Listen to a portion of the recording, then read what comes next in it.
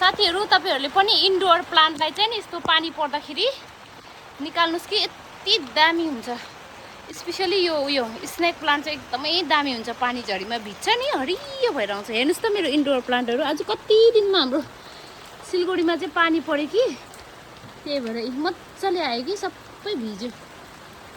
मेरोमा राम्रो प्लान्ट चाहिँ छैन साथीहरू, सबै लोकल हो। म किन्दिन पनि प्लान्टहरु चाहिँ।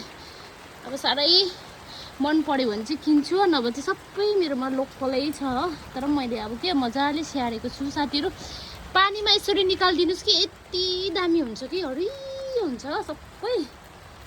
यो चाहिँ मेरो सबै इन्डोर प्लान्ट हो, तर सबै लोकलमा छ साथीहरू। अब पानीले भिज्यो नि यति दामी टुसहरू आउँछ कि। हेर्नुस् न मनी प्लान्टहरू। यो पनि मैले साथीहरूको देखि सानो ल्याएको, मेरोबाट पनि लान्छ हो, म पनि लान्छु। यो स्नेक प्लान्ट चाहिँ यति साह्रो दामी हुन्छ कि पानीमा भिजिसकेपछि चाहिँ। मेरो प्लान्ट चाहिँ यस्तै छ है साथीहरू, लोकल।